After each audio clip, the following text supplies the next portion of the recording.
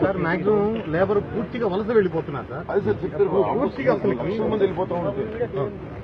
హైదరాబాద్, బెంగళూరు, విజయవాడ కనీసం తాగడానికి నీళ్లు, ఈరోజు బాత్రూమ్ వెళ్ళినా బాత్రూమ్ నీళ్లు కొట్టడానికి కూడా పరిస్థితి బాగాలేదు సార్. 10 రోజులు అయితే ఇంకా అసలు అవును నీటి యుద్ధాలు జరుగుతున్నాయి సార్. గింజలతో నీటి యుద్ధాలు జరుగుతున్నాయి. తిరిగిలోనే కదా నేను ఒంగోలులో మమ్మతో ఉండదు.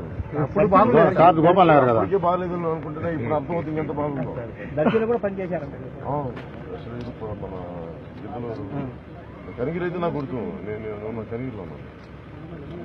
సరే మీరు కష్టపడలేదు మీరు అనుకోవచ్చు, కానీ మిమ్మల్ని చూస్తే మాకు అనిపిస్తుంది, అంటే యాజ్ ఏ జర్నలిస్ట్ గా మాకు అనిపిస్తుంది వాళ్ళ మధ్యలో చేయడం. కానీ దీన్ని మీరు ఏ విధంగా ఆస్వాదిస్తున్నారు సార్? దీన్ని ఏ విధంగా మీరు తీసుకుంటున్నారు? ఇది చాలా అదృష్టం.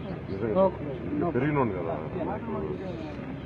అంటే ఎక్కడ అంటే నేను మొత్తం ఆదిలాబాద్ అన్ని తిరిగితే ఎవరైనా అడిగేది ఏంటంటే బేసిక్ నీళ్ళు, తాగడానికి నీళ్ళు, ఉపాధి అవకాశాలు అడగట్లేదు. ముందు తాగడానికి కొంత వైద్యం కానీ విద్య కానీ ఈ బేసిక్ సాగునీటి అవసరాలు కానీ తాగునీటి అవసరాలు కానీ ఇవి కానీ ఉంటే మిగతా ఎవరి కాలంలో నిలబడగలను. అది ప్రధానంగా నమ్ముతాను. మెయిన్ మోటార్ సార్ అదే మెయిన్. అంటే అది చెప్తాను. ఇప్పుడు నేను పొలంలో మొన్న ఈస్ట్ హైదరాబాద్ లో కూడా 600-800 అడిగినా పడలేదు. అంత భూగర్భ జలం అంత ఉంది.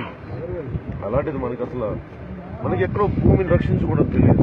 మనకి ఎలాంటి వ్యవసాయం చేయాలో ఎక్కడో మనకి ఇది లేదు. తక్కువ నీటితో ఎక్కువ మనం పొలం వ్యవసాయం చేసేది.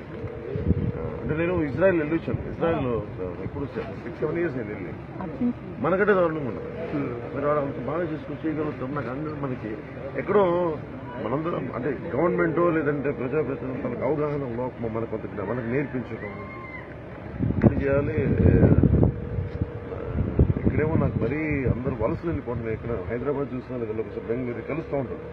ఇంతమంది ఎందుకు ప్రకాశం జిల్లా నుంచి వచ్చారంటే నీళ్ళు ఏమన్నా అక్కడ మా అమ్మోళ్ళు ఏం చెప్తారంటే మా జీవితంలో ఎలా బాగా మీరు వెళ్ళిపోతారు, మీరు ఎందుకంటే పంపించేస్తున్నారు. అది ఎక్కడో చాలా మనస్ఫూర్తిగా చెప్పాను. వెలుగొండ ప్రాజెక్ట్ ని 2 నెలల్లో చేస్తామని చాలా మనస్ఫూర్తిగా, చాలా ఇట్స్ మై కమిట్మెంట్. సార్ ఒకటి సార్, మీరు ఈ రోజు ఎలక్షన్ లో భారీ స్థాయిలో దీనికి కొన్ని ఎలక్షన్స్ ఎవరి కర్తవ్యమైనా పోరాటం చేయాలి.